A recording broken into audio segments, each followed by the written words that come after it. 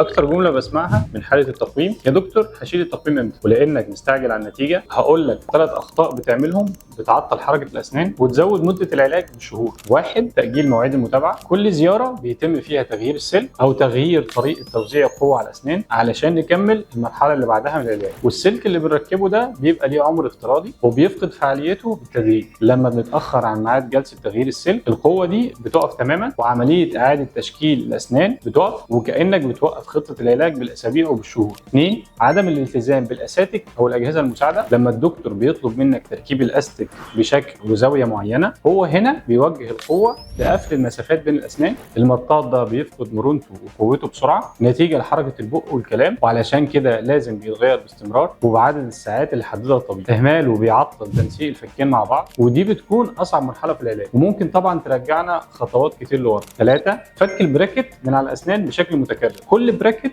وسلك في التقويم بيكون له وظيفه محدده. لما بتفك البريسز بسبب الاكلات الناشفه القوه على السنه دي بتتغير او بتقف تماما، وده بيخلي السن يرجع لوضعه القديم المعمول، وبالتالي طبعا الدكتور بيضطر يعيد الخطوات بدل ما نبدا مرحله جديده. مده التقويم بتعتمد على مدى التزام المريض بالعلاج. كل ما كان الالتزام اكبر كل ما العلاج مشي بالسرعه اللي احنا مخططين لها ووصلنا للنتيجه المطلوبه مع الحفاظ على صحه الاسنان واللسان. عيادات دكتور علي، الابتسامة اللي تستحقها.